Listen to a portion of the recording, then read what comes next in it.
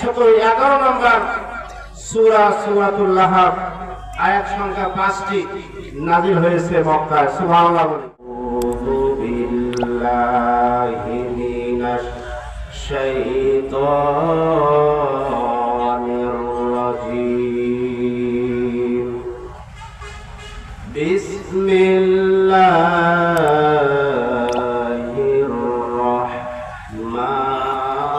রাহমানির রাহিম।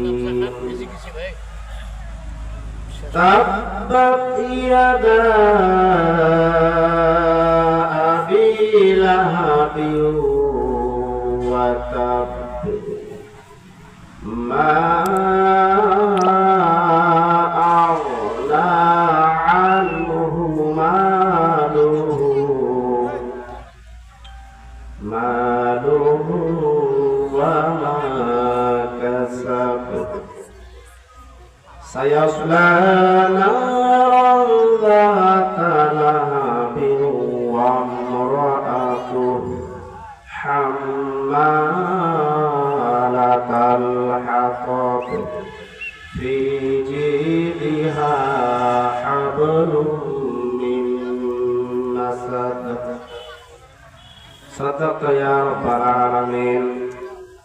وعن أنس رضي الله تعالى عنه قال قال رسول الله صلى الله عليه وسلم المرأة إذا صلت خمسها وصامت شهرها وأحسنت فرجها وأطاعت بعلها فلتدخل من أي أبواب الجنة شاءت أو كما قال عليه الصلاة والسلام। 111 নম্বর সূরা সূরাতুল লাহাব আয়াত সংখ্যা 5টি নাযিল হয়েছে মক্কায়। সুবহানাল্লাহ। নাযিল হয়েছে ইসলামের একেবারে শুরু থেকে। আল্লাহ রাসূল সাল্লাল্লাহু আলাইহি ওয়াসাল্লামের নবুয়তি জিন্দেগীর একেবারে শুরু থেকে এই সূরা নাযিল হয়েছে। তো সময় সংক্ষেপ, অল্প সময়ের ভিতরে আমি এই সূরা থেকে বাইরে কোনো আজেবাজে কোনো কথা নেই, সরাসরি এই সূরা থেকে আপনাদের খেদমতে কিছু কথা বলবার চেষ্টা করব। আল্লাহ যদি তৌফিক দান করেন আপনারা একটু দোয়া করে দেবেন। আপনারা সকলে বলেন আল্লাহুম্মা আমিন। সম্মানিত উপস্থিতি, আল্লাহ পাক রব্বুল আলামিন পবিত্র কোরআনুল কারীমের ভিতরে 114টা সূরা নাযিল করেছেন। মক্কার ভিতরে অনেক বড় বড় কাফেররা ছিল, অনেক বড় বড় লিডাররা ছিল, কারণ নামে সূরা নাযিল হয় নাই। কোন জায়গায় আয়াত নাযিল হয়েছে কাফেরদের সম্পর্কে, কিন্তু সূরা কোন জায়গায় নাযিল হয় নাই। কিন্তু আবু লাহাব এমন একজন কাফের ছিল, রাসূলুল্লাহ সাল্লাল্লাহু আলাইহি সাল্লামের আপন চাচা ছিল। রাসূলুল্লাহ সাল্লাল্লাহু আলাইহি সাল্লামের আপন চাচা। আর আবু জেহেল ছিল পড়শি চাচা, মানে গ্রামের চাচা, কিন্তু প্রভাবশালী একজন নেতা। সম্মানিত উপস্থিতি, এই সূরা কেন নাযিল হলো শানে নজরুলটা জানার দরকার। শানে নজরুল না জানলে কোরআনের আলোচনা আপনারা বুঝে মজা পাবেন না। সম্মানিত উপস্থিতি, আমি সূরার শানে নজরুল জানিয়ে আলোচনার দিকে ফিরতে চাচ্ছি। আপনারা শুনতে রাজি আছেন না নাই? কারা কারা রাজি নাই দোয়া করেন। আলহামদুলিল্লাহ রাজি আছি। সম্মানিত উপস্থিতি, পবিত্র কোরআনুল কারীমের সূরা লাহাব নাযিল হলো বুখারী শরীফের 4971 নম্বর হাদিস এবং 4972 নম্বর হাদিস ও মুসলিম শরীফের 208 নম্বর হাদিসের মধ্যে আল্লাহ রাসূল সাল্লাল্লাহু আলাইহি সাল্লাম বলেন, আল্লাহ পাক রব্বুল আলামিন যখন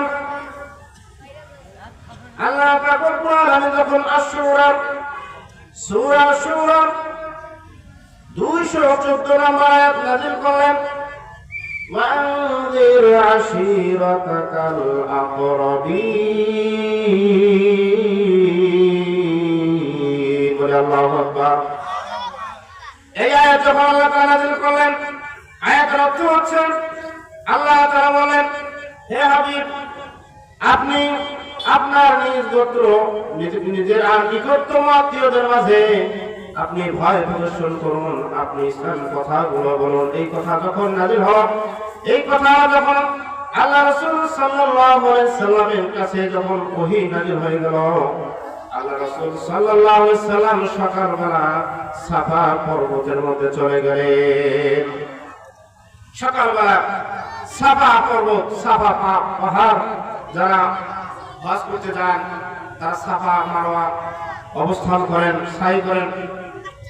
তো সেই সাফা পর্বতের মধ্যে রাসূলুল্লাহ সাল্লাল্লাহু আলাইহি সাল্লাম সেই পর্বতের চূড়ায় উঠলেন। চূড়ায় উঠে ডাকা শুরু করলেন, ইয়া সাবাহা, ইয়া সাবাহা, এই কথা বলে ডাকতেছেন। তদানীন্তন সময়ের একটা রেওয়াজ ছিল, কোন মানুষ যদি কোন রকম বিপদের মধ্যে পড়ত, কোন জরুরি ভিত্তিক কোন সংবাদ প্রদান করত, কোন জরুরি কোন খবর দেওয়ার দরকার হয়, এরকম একটা অবস্থার সৃষ্টি হলে মানুষ তখন বড় বড় পাহাড় কিংবা উঁচু টিলার মধ্যে উঠে দাঁড়াইতো এবং বিভিন্ন গোত্রের নাম ধরে ধরে ডাকতেন। রাসূলুল্লাহ সাল্লাল্লাহু আলাইহি সাল্লাম বিভিন্ন গোত্রের নাম ধরে ডাকলেন আর বললেন, ইয়া সাবাহা, হে আমার কওম, হে আমার গোত্র। এই বলে যখন চিৎকার করলেন, লোকজন বলা শুরু করলো, আব্দুল্লাহর বেটা মুহাম্মাদের সকালবেলা কি হলো? সবাই ছুটে রাসূলের কাছে চলে আসলেন, বলেন সুবহানাল্লাহ। রাসূল যখন এইভাবে আহ্বান করলেন, তখন সবাই তার কাছে ছুটে চলে আসলো। এবার রাসূলুল্লাহ সাল্লাল্লাহু আলাইহি সাল্লাম বললেন, হে আমার কওম, হে আমার গোত্র, আমি যদি আপনাদেরকে বলি, এই সাফা পর্বতের অপর প্রান্তে, সাফা পর্বতের অপর প্রান্তে শত্রু বাহিনীরা ওর পেতে রয়েছে, যে কোনো মুহূর্তে আমাদের উপর পাকড়াও করতে পারে, আক্রমণ করতে পারে। তোমরা কি আমার কথা বিশ্বাস করবা নাকি? লোকজন বলল, হ্যাঁ, অবশ্যই বিশ্বাস করব।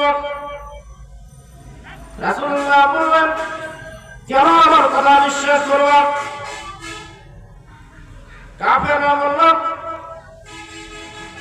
আপনি মক্কা নগরের ভেতরে এমন একজন লোক, আপনি আসলে সাদিক, সুবহানাল্লাহ, আপনি আসলে সাদিক, আপনি হলেন আলামিন, মানে বিশ্বাসী, আপনি এই তল্লাটের মধ্যে সবচাইতে বিশ্বস্ত লোক, আপনি জীবনে কোনোদিন মিথ্যা কথা বলেন নাই। আমরা আপনাকে সাদিক হিসেবে জানি, বিশ্বাসী হিসেবে জানি, আপনি কোনোদিন মিথ্যা কথা বলেন না। অতএব আপনি যা বলেন আমরা সেই কথাটাও বিশ্বাস করি। বলি না সুবহানাল্লাহ। আলামিন রাসূলকে কাফেরের উপাধি দিলেন। রাসূল, হে মুহাম্মদ, আপনি তো আলামিন, আমরা অবশ্যই আপনাকে বিশ্বাস করি, কারণ আপনার মতো সাদিক, সত্যবাদী, বিশ্বস্ত লোক এই মক্কা নগরের ভিতরে আর একজন নাই। বলি না সুবহানাল্লাহ। প্রিয় উপস্থিতি, সম্মানিত ভাইরা, পর্দার মা ও বোনেরা, গভীর মনোযোগ দেবেন, আমি কোন কথার দিকে চলে যাচ্ছি। এবার রাসূলুল্লাহ সাল্লাল্লাহু আলাইহি সাল্লাম বললেন, হে আমার কওম, হে আমার গোত্র, আমি এর চাইতেও তোমাদেরকে বড় একটা দুঃসংবাদ দিচ্ছি। তোমাদের জন্য সামনে এমন একটা খারাপ অবস্থা আছে, এই দুনিয়ার জিন্দেগি ক্ষণস্থায়ী জিন্দেগি, এরপরে যে জিন্দেগি আসতেছে এটি হচ্ছে আযাবের একটা জিন্দেগি, পরকালীনের ভয়, আযাবের ভয় আমি তোমাদেরকে দেখাচ্ছি। আমি তোমাদের মাঝে রাসূল হিসেবে প্রেরিত হয়েছি। তোমরা বলো, কুলু লা ইলাহা ইল্লাল্লাহ, লা ইলাহা ইল্লাল্লাহ। সবাই লা ইলাহা ইল্লাল্লাহ, যখন মতো করে ডাকবেন না, লা ইলাহা লা ইলাহা ইল্লাল্লাহ মুহাম্মাদুর রাসূলুল্লাহ সাল্লাল্লাহু। সম্মানিত ভাইরা আমার, পর্দার মা ও বোনেরা, রাসূলুল্লাহ যখন এই কথা বললেন, এই কথা বলার সঙ্গে সঙ্গে আবু লাহাব সে চিৎকার দিয়ে উঠল আর বলল, ভাতিজা মুহাম্মদ, তাব্বা লাকা ইয়া মুহাম্মদ, হে মুহাম্মদ তুমি ধ্বংস হয়ে যাও। এই কথা সে বলল এবং গালিগালাজ করল, তাব্বা লাকা ইয়া মুহাম্মদ, হে মুহাম্মদ তুমি ধ্বংস হয়ে যাও। আলিহাযা জামাতুনা, আপনি কি আমাদেরকে এর জন্য ডাকছিলেন? আপনি কি আমাদেরকে এর জন্য ডাকছিলেন? আর কোন কথা নাই? তুমি ধ্বংস হয়ে যাও। এই অভিশাপ আবু লাহাব রাসূলুল্লাহ সাল্লাল্লাহু আলাইহি ওয়াসাল্লামের জন্য করলেন। তাব্বা লাকা ইয়া মুহাম্মদ, নাউযুবিল্লাহ, হে মুহাম্মদ তুমি ধ্বংস হয়ে যাও। নাউযুবিল্লাহ, নাউযুবিল্লাহ। সম্মানিত উপস্থিতি, কিতাবের মধ্যে আছে সেখানে কিছু মুসলমানরা উপস্থিত ছিল, নব মুসলমান। তারাও চিন্তা করলেন আবু লাহাবের এই কথার জবাব দেওয়ার দরকার আছে, কিন্তু আল্লাহ তাআলা এই পরিপ্রেক্ষিতে সূরা লাহাব নাযিল করে দিয়ে জানাই দিলেন, তাব্বাত ইয়াদা আবি লাহাবি ওয়া তাব। বলে আল্লাহু আকবার।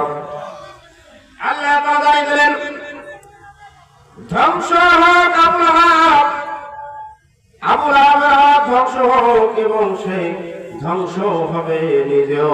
বলে আল্লাহু আকবার। এই ছিল শানে হযরত।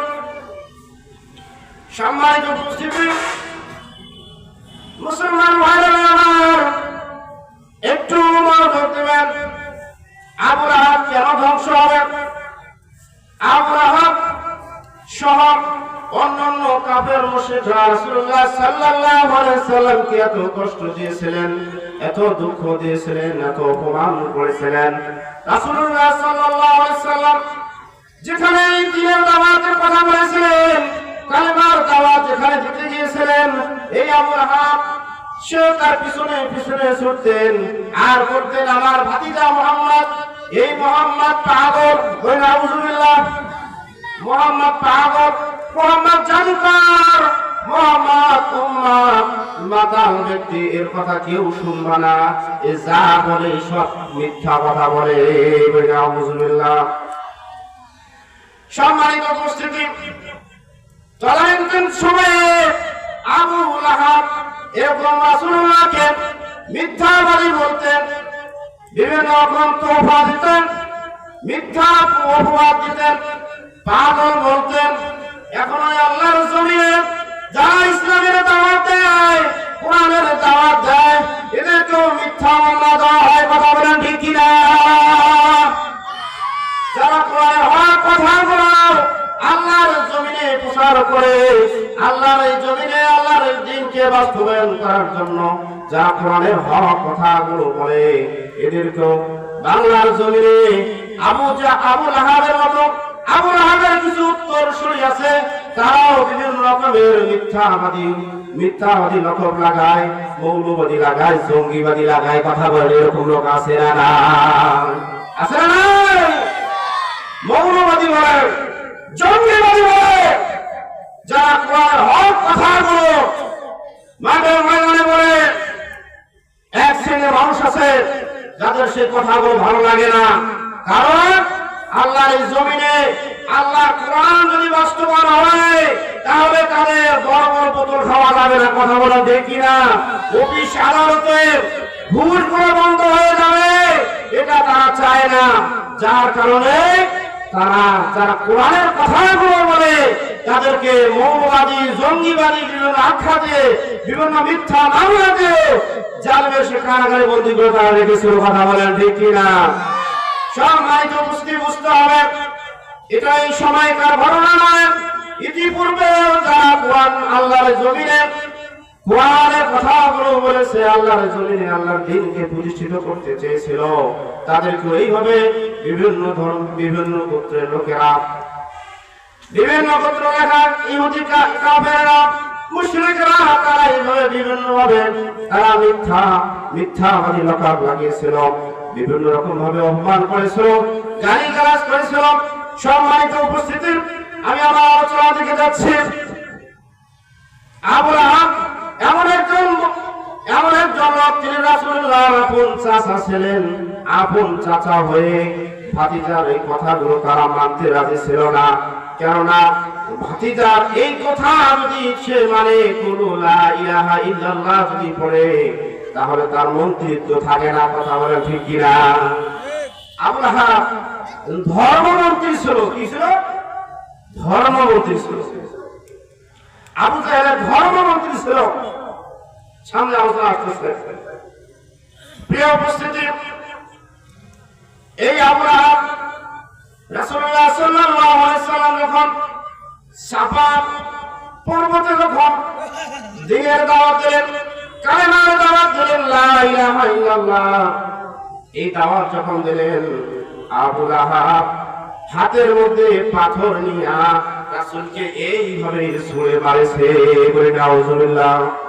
এইভাবে ঢেল দিছে, রাসূল শরীর বরাবর ঢেল দিয়েছেন। আল্লাহ তাআলা তখনই যে হাত দিয়ে আবু লাহাব রাসূলকে ঢিল মারছে, সেই হাত আল্লাহ তাআলা তাকে ধ্বংস করে দিয়েছেন। কথা বলেন ঠিক কিনা? তাব্বাত ইয়াদা আবি লাহাবিন ওয়া তাব, ধ্বংস হয়েছে আবু লাহাবের দুই হাত এবং ধ্বংস হয়েছে সে নিজে। প্রিয় উপস্থিতি, এখন প্রশ্ন হচ্ছে, মানুষ ঢিল মারে এক হাত দিয়ে, কয় হাত দিয়ে মারে? কথা বলেন। এক হাত দিয়ে ঢিল মারে। তা আল্লাহ বলেন আবু লাহাবের দুই হাত ধ্বংস হয়েছে। আবু লাহাবের দুই হাত ধ্বংস হয়েছে। তাব্বাত ইয়াদা, ইয়াদুন দিলে হতো, কিন্তু এখানে দেওয়া হয়েছে ইয়াদা বহু বচন, দুই হাত। আপনারা একটু খেয়াল করবেন, যারা ক্রিকেট খেলে, যারা বোলিং করে, বল যখন ঢিল মারে, বল যখন এভাবে করে, তখন বাম হাতটা পিছনের দিকে চলে যায়। যায় না? যায় কি যায় না? এমনি সাধারণত যখন আমরা কোনো কিছুতে ঢিল মারি, তখন একটা হাত পিছনে চলে যায়। তার মানে কি? একটা হাত শক্তি যোগায়। কথা বলেন না কেন? আপনাদের খারাপ লাগতেছে? চলবে চলবে চলবে, একটা হাত পিছনের দিকে চলে যায়। তার মানে কি? এই হাতটা শক্তি যোগায়, ঠিক না? শক্তি যোগায়। তো এর জন্য আবু লাহাব এক হাত দিয়ে ঢিল মেরেছে, আর এক হাত দিয়ে পিছনে শক্তি যোগাইছে। এজন্য আবু লাহাবের দুই হাত ধ্বংস হয়ে গেছে। সম্মানিত উপস্থিতি, এইভাবে করে পৃথিবীর জমিনে যারা কোরআনের কথা বলে আল্লাহর দিন, আল্লাহর জমিনে প্রতিষ্ঠিত হোক, এটা যারা চায়, এদের বিরুদ্ধাচরণ করার জন্য এক শ্রেণীর মানুষ দাঁড়িয়ে যায়। তারা কলম দিয়ে, হাত দিয়ে তারা বিভিন্ন রকম তারা মামলা মোকদ্দমায় জড়িয়ে দেয় এবং তারা বিভিন্ন ভাবে মিথ্যা লকআপ লাগায়। আর যারা ওই মিথ্যা মামলা দেয়, এদের পিছনে আবার সরকারি নাড়ার জন্য আর কিছু লোক আছে, আছে না নাই? কিছুদিন পূর্বে, যে গত 16 বছর আপনারা দেখেছেন, হঠাৎ মাহফিল, রানিং মাহফিল বন্ধ হয়েছে। হয়েছে কিনা? কোরআনের মাহফিল বন্ধ হয়েছে না? হয়েছে মাহফিল বন্ধ। কারণ কি? উপরের নির্দেশ। কারণ কি? উপরের নির্দেশ। তার মানে যিনি মাহফিল বন্ধ করলো, তিনি হলো ডান হাত, তিনি ঢেল মারছে। আর যিনি নির্দেশ করেছে, যে নেতার আদেশে মাহফিল বন্ধ করা হয়েছে, তিনি হচ্ছে বাম হাত, অর্থাৎ এক হাত দিয়ে বন্ধ করেছে, আর এক হাত শক্তি যোগাইছে। কথা বলেন ঠিক কিনা? যারা এইভাবে কোরআনের মাহফিল বন্ধ করেছে, যারা কোরআনের বিরোধিতা করেছে, আবু লাহাব যেভাবে তার দুই হাত যেভাবে ধ্বংস হয়েছে, এইভাবে যারা কোরআনের মাহফিল বন্ধ করেছে, কোরআনের রাস্তায় মুখ যারা চায় না, যারা বন্ধ করে, তারা আর পিছনের দিকে যারা কলকাঠি মেরেছে, তারা ওই একই ভাবে ধ্বংস হয়ে যাবে। কষ্ট হচ্ছে আমাদের? মুসলমান ভাইয়েরা আমার, একটু মনোযোগ দেবেন। আবু লাহাব কেন ধ্বংস হয়েছে? পরে আল্লাহ পাক সুবহানাহু ওয়া তাআলা মা আগনা আনহু মালুহু ওয়া মা কাসাব। আল্লাহু আকবার। আবু লাহাব এত ধন সম্পদ অর্জন করেছিল, তার অনেকগুলো সন্তানাদি ছিল, তার ধন সম্পদ এবং তার অর্জিত সম্পদ কোনো কিছুই তার কাজে আসে নাই। কেন কাজে আসে নাই? এতগুলো ধন সম্পদ সে অর্জন করেছিল, এত সন্তান তার উপার্জিত হয়েছিল, এত ধন সম্পদ থাকার পরেও সে কিভাবে ধ্বংস হয়ে গেল? কেন তার এই সম্পদ গুলো কাজে আসলো না? সে ছিল ধর্ম উপদেষ্টা, ধর্মমন্ত্রী। মানুষের টাকা মেরে, মানুষের হক নষ্ট করে সে অনেক ধন সম্পদের মালিক হয়েছিল।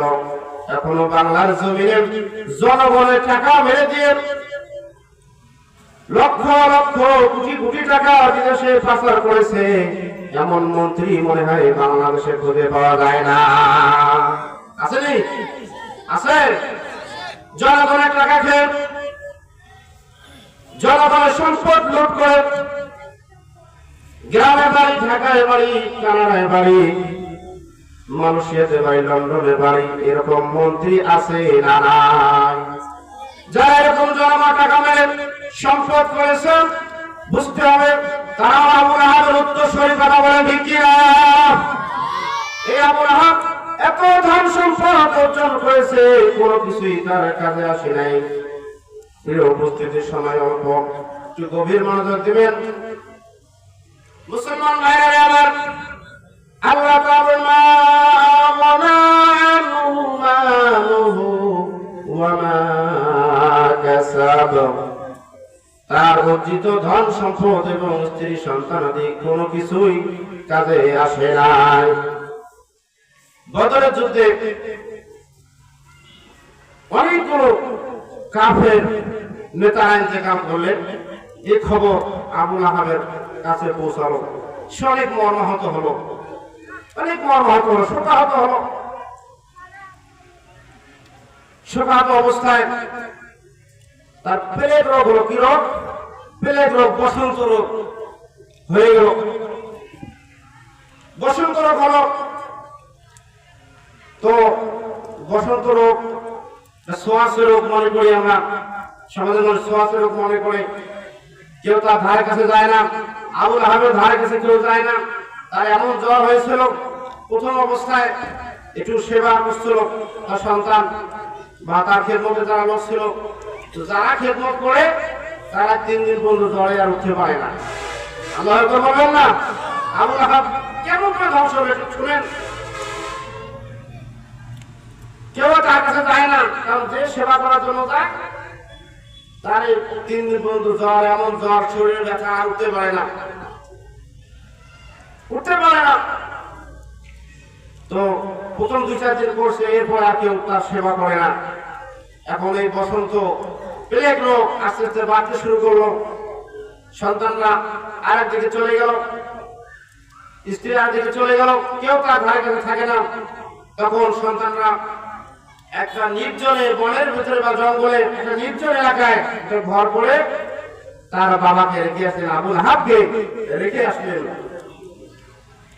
প্রিয় উপস্থিতি, মুসলমান ভাইরা আমার, পর্দার আলে মা বোনেরা, একটু গভীর মনোযোগ দেবেন। কেন সন্তানাদি, কেন সম্পদ কোন তার কাজে আসলো না? আল্লাহর মায়ের কথা বলেন ঠিক কিনা? এটা কার খারাপ? আল্লাহর খারাপ। কেন সম্পদ সন্তানাদি কোনো কাজে আসলো না? আবু লাহাবকে ওই নির্জনের মধ্যে রেখে আসা হলো। নির্জনের মধ্যে রেখে আসা হলো। কিছু খাবার দিয়ে আসে, অনেক দূর থেকে কেউ আর হাত দিয়ে ধরে না, পেট এইভাবে ঢিল দেয়। ওই যে আমাদের দেশে করোনা আসছিল না, ওরা পৃথিবী স্তব্ধ করে রেখেছিল। করোনা ভাইরাসের রোগীর কাছে কেউ যাইতো না। এরকম ওই আবু লাহাবের কাছে কেউ যায় না। খাবার দেয়, রুটি দেয়, এইভাবে ঢেলে ঢেলে দেয়। এর মধ্যে আবার আল্লাহ তাআলা প্যারালাইজ করে দিলেন, তার 2 হাত প্যারালাইজ করে দিলেন, 2 হাত দিয়ে সে আর নড়তে পারে না। এখন 2 হাতে যদি না নড়ে, হাতে না পারে, চলতে না পারে, তাহলে এখন খাবে কেমনে? ওই জায়গার ভিতরে পোশাক, ওই জায়গার ভিতরে পায়খানা সে করে, খাবার এই ঢিল মারে, আবার ওই খাবার ভিতরে পোশাক পায়খানা সে পড়ে, আর ওই খাবার ভিতরে পড়ে, উপায় তো নাই, বাঁচার তাগিদে সে ওই ময়লাযুক্ত খাবার, ময়লাযুক্ত রুটি সে খাওয়া শুরু করছে। আল্লাহর মায়, ঠিক কিনা? এভাবে করেন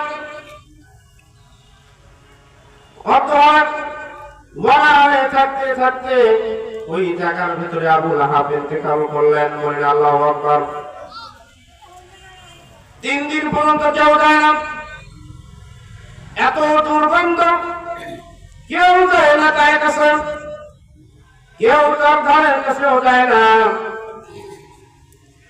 প্রিয় উপস্থিতি, রাস্তা ধার দিয়ে মানুষ যখন যাতায়াত করে, নাক চেপে ধরে, রুমাল দিয়ে নাক চেপে ধরে, কাপড় দিয়ে নাক চেপে ধরে, আর তার সন্তানদেরকে বলে তোমার বাবা ওখানে রেখে এসেছো, মারা গেছে, দুনিয়া থেকে চলে গেছে, ওকে দাফন করো না কেন? কেউ সন্তানদের কেউ যায় না, পাড়া প্রতিবেশী কেউ যায় না। হাফসি গোলাম, হাফসি ছেলে কিছু কর্মচারী ভাড়া করে সেই জায়গার মধ্যে কিছু টাকার বিনিময়ে তাকে দাফন করানোর ব্যবস্থা করা হলো। সম্মানিত উপস্থিতি, এই কর্মচারীরা যখন আবু লাহাবের নিকটে গেলেন, কাছে যাইতে পারে না, এত দুর্গন্ধের কারণে আবু লাহাবের কাছে যাইতে পারে না। এখন ওই কর্মচারী যেহেতু টাকা নিয়েছে, কিছু না কিছু ব্যবস্থা তো করতেই হবে। এখন বড় একটা লাঠির ব্যবস্থা করেছে, বাঁশ অথবা কাঠের বা গাছের ডাল, বড় লম্বা একটা ব্যবস্থা করেছে। আর এই লাঠি দিয়া এইভাবে করে চটকাইতে ধাক্কাইতে গর্তের দিকে নিয়ে যেয়ে তাকে দাফন করেছে।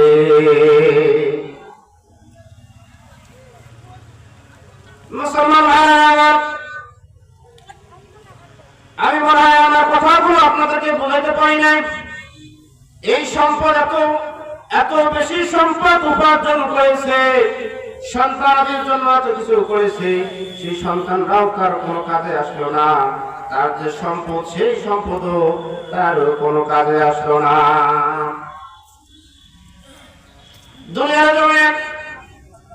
দুনিয়ার মানুষদেরকে এখান থেকে শিক্ষা নেওয়া দরকার আছে না নাই বলেন? এখান থেকে শিক্ষা নেওয়া দরকার। সন্তান সন্ততি হলেই হবে না, সন্তান সন্ততিকে মানুষের মতো মানুষ গড়ে তুলতে হবে। এত সম্পদের প্রয়োজন নাই, যতটুকু সম্পদ উপার্জন করলে এই দুনিয়াতে চলা স্বাভাবিকভাবে চলা যায়, এতটুকু সম্পদ আমাদেরকে উপার্জন করার চেষ্টা করতে হবে। কথা বলেন ঠিক কিনা? মুসলমান শুধু কি আবু লাহাব ধ্বংস হয়েছে না? আবু লাহাব ধ্বংস হয়েছে, তার সঙ্গে তার স্ত্রীও ধ্বংস হয়ে গেছে। এরপরে আয়াতের অংশ, সায়াসলাম নারান যাতা লাহাব, কিয়ামতের ময়দানে, কিয়ামতের দিনে অথবা মৃত্যুর পর কবরে সে লেলিহান অগ্নির মধ্যে প্রবেশ করবে, প্রজ্বলিত আগুনের মধ্যে সে এবং তার স্ত্রী উভয়ে আগুনের মধ্যে প্রবেশ করবে। নাউযুবিল্লাহ। ওয়ামরাতুহু হাম্মালাতাল হাতাব, আর তার স্ত্রী লাকড়ি বহনকারী বা ইন্ধন বহনকারী। প্রিয় উপস্থিতি, আবু লাহাবের স্ত্রী, তার নাম হচ্ছে আরওয়া।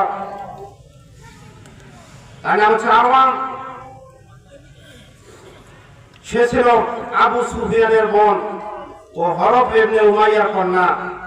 তাকে উম্মে জামিল বলা হতো। কেন উম্মে জামিল বলা হতো? তদানীন্তন সময়ে মক্কা নগরীর ভিতরে সবচাইতে সুন্দরী ছিল সে। উম্মে জামিল তাকে বলা হতো। এই উম্মে জামিল আবু লাহাবের মতোই ছিল। আবু লাহাব যেমন ছিলেন, আল্লাহ রাসূল সাল্লাল্লাহু আলাইহি ওয়াসাল্লাম যখন দিনের কাজ করার জন্য, দিন প্রচারের জন্য বাইরে গেছিলেন এবং আবু লাহাব রাসূলকে মিথ্যাবাদী বলতেন, উপহাস করতেন, পাগল বলতেন, এরকম ভাবে এই উম্মে জামিল সেও রাসূলের নামে মিথ্যা কথা বলতেন, পাগল বলতেন, অপবাদ দিতেন, বিভিন্ন রকম কবিতা আবৃত্তি সে করতেন, অপমানজনক কবিতা আবৃত্তি করতেন। শুধু তাই না, উম্মে জামিল বন জঙ্গল থেকে কাদা খড়ি নিয়ে আসতেন, লাকড়ি নিয়ে আসতেন। লাকড়ি নিয়ে এসে রাসূলের পথে, রাসূল যে পথ দিয়ে মসজিদে নববীর ভিতরে আসতেন নামাজের জন্য, ওই পথের মধ্যে কাঁথা বিছায় রাখতেন। নাউযুবিল্লাহ। রাসূলকে কষ্ট দেওয়ার জন্য কাঁথা বিছায় রাখতেন। রাসূল যেন কষ্ট পায় এই জন্য কাঁথা বিছায় রাখতেন। রাসূলের নামে মিথ্যা কথাগুলো বলতেন, অপবাদ দিতেন। এইভাবে করে উম্মে জামিল কিভাবে ধ্বংস হল? সম্মানিত উপস্থিতি, তাফসীরের কিতাবের ভেতরে এসেছে এই উম্মে জামিল এত খারাপ একজন মহিলা ছিল যে মহিলা একবারের কথা আরেক বাড়ির মধ্যে নিয়ে যা লাগাইতো। এরকম মহিলা আমাদের সমাজে আছে না নাই? ঝগড়া লাগাই দিত, একবারের কথা আরেক বাড়িতে নিয়ে যা লাগাই দিত। জানিস অমুকের অমুক হয়েছে, আবার কার বাড়িতে যা বলে জানিস অমুকের তো এই কথাটা বলছে। এরকম মহিলা আছে না নাই? ঝগড়া লাগে দেওয়া মহিলা। এই উম্মে জামিল ছিল ঝগড়ার মহিলা, ঝগড়া লাগিয়ে দেওয়া মহিলা। মানুষের মধ্যে ঝগড়া বিবাদ লাগিয়ে দিত, ফিতনা ফাসাদ লাগিয়ে দিত, ইন্ধন বহনকারী ইন্ধন লাগাই দিত। এরকম আছে না নাই মহিলা? এই রকম মহিলা যারা আছে, ওই আবু লাহাবের স্ত্রী উম্মে জামিলের সঙ্গে তাদেরও জাহান্নাম হয়ে যাবে। বলি নাউযুবিল্লাহ। সম্মানিত মা বোনেরা, এই উম্মে জামিল শেষ বয়সে তার সন্তানাদি যখন তাকে দেখলো না,